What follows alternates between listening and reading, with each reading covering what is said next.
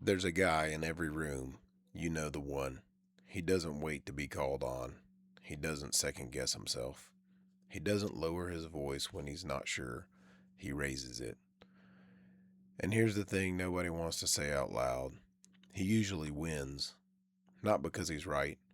Not because he's the smartest person there. Not because his idea is actually better. He wins because he's loud. And we, every single one of us, are wired to follow loud.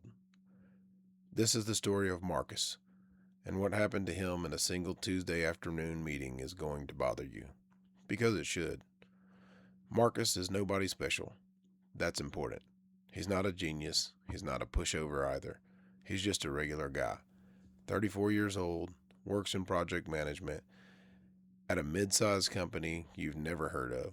Shows up on time, does solid work, goes home. He has opinions. Good ones, actually. But Marcus has this habit, this deeply human, deeply costly habit of waiting until he's sure before he speaks. He thinks that's a virtue. He was raised to believe that's a virtue. Turns out, in most rooms, that habit is a death sentence. It's a Tuesday, 2 p.m., conference room with the flickering light nobody's fixed in 8 months. 12 people around a table. They're deciding how to allocate a budget. Real money. Decisions that affect real people's jobs. Marcus has read the data. He spent 2 hours the night before going through the numbers. He knows he actually knows that the proposal on the table is going to fail. Not might fail, will fail. The projections are based on last year's numbers, and the market shifted 6 months ago. He's seen it. He's run the math. And then Derek speaks.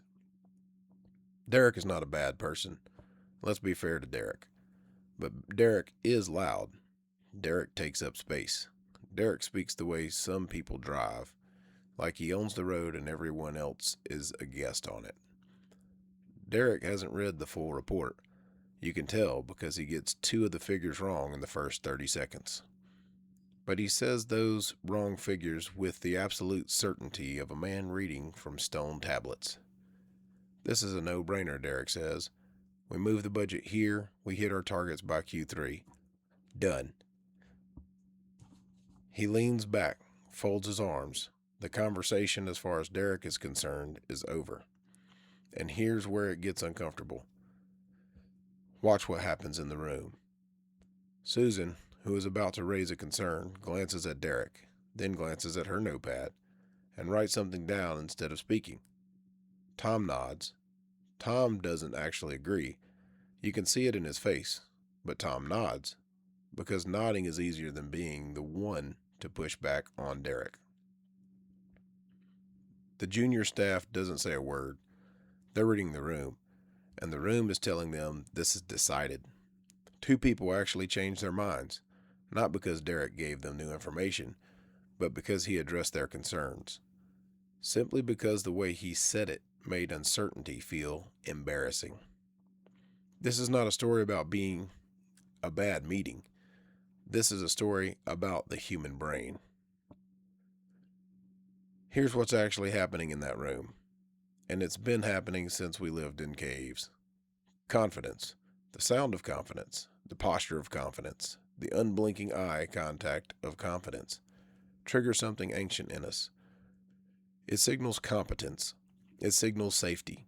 It signals this person knows what they're doing. Follow them. For most of human history, that instinct kept us alive.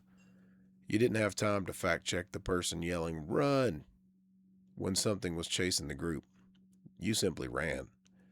The ones who stopped to verify didn't make it. But we don't live in that world anymore.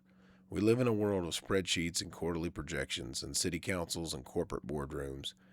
And that same ancient wiring, follow the loud, confident voice, is still running in the background every single day. We didn't update the software. We just changed the environment. Marcus clears his throat. I actually looked at the numbers last night, he says. His voice is calm, measured. He's not performing certainty he doesn't have. and I think there might be a problem with basing the projection on last year's.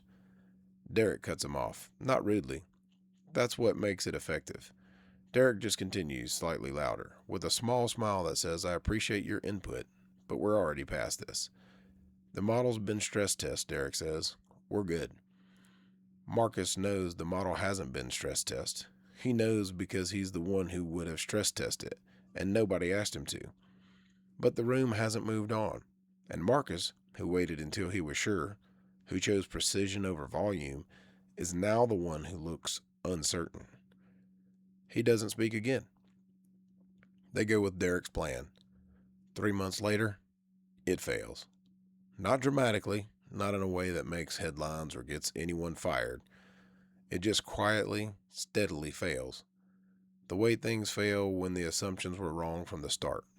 The Q3 targets are missed, the budget gets rebalanced, people shrug, life goes on. And Derek? Derek is already in the next meeting, talking about the next plan, just as loud, just as confident, just as convincing.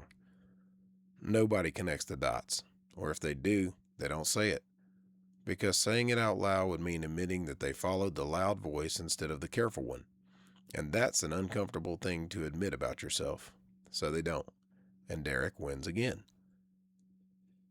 Here's what this story is really about.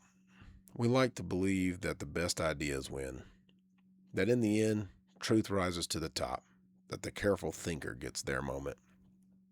Sometimes that's true. In the long run, over enough time, competence often does outlast noise. But in the short run, in the room, on Tuesday at 2 p.m., the loudest voice usually wins, over and over and over again. And the most unsettling part isn't Derek. Derek is just being Derek. He's not a villain. He's a person who learned early that confidence is currency, and he's been spending it ever since. The most unsettling part is the room. The room that handed him the win. The room full of capable, intelligent people who let volume substitute over evidence. Because that room is every room. And you've been in it. And if you're honest, really honest, you've been Derek sometimes too. So here it is, straight, no softening. The world is not set up to reward being right. It is set up to reward sounding right. And until you understand that difference, really understand it in your gut, you will keep losing to people who are far louder than you and less prepared than you, and walking away with things that should have been yours. That's not an argument for becoming Derek. It's an argument for understanding the game you're actually playing. Because the first step to not being controlled by something is knowing it controls you. Marcus knew the answer. He just didn't know the room. Don't be Marcus. Know the room. If this hits something real for you, you already know someone who needs to hear it. Send it to them. And if you want more of these, old wisdom, modern truth, no fluff, make sure you're subscribed. New story every week. I'll see you in the next one.